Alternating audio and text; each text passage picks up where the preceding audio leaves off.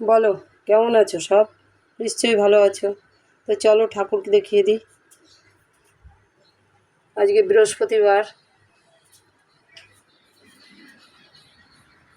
দেখো আলপনা দিয়েছি। মা লক্ষ্মী, মহালক্ষ্মী।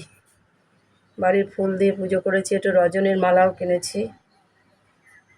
চাল, কলা, নকুরদানা, জল দিয়ে পুজো দিয়েছি।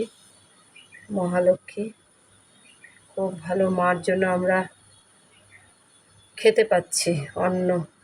এই দেখো নারায়ণী মা, লোকনাথ,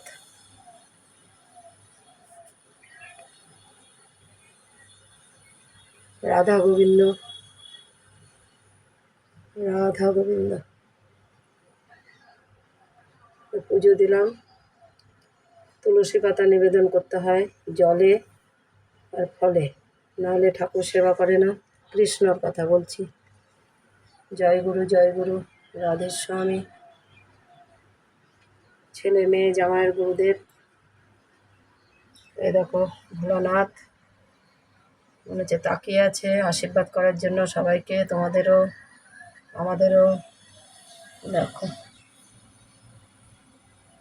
মা, বাবা, ভোলানাথ।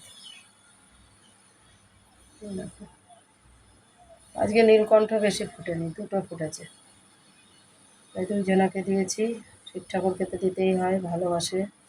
নন্দী মহারাজ, এ দেখো নন্দী মহারাজ তাকিয়ে আছে, দেখেছো? ওই দেখো। আর এই দেখো শিব ঠাকুর।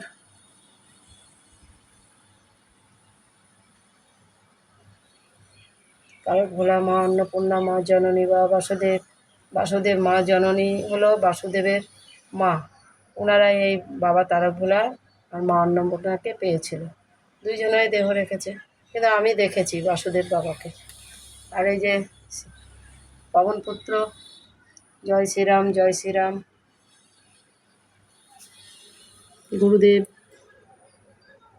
সব ভগবানদের সেবা দিয়েছে, তারপর নিজে সেবা করবে, তারপরে আমরা প্রসাদ পাবো।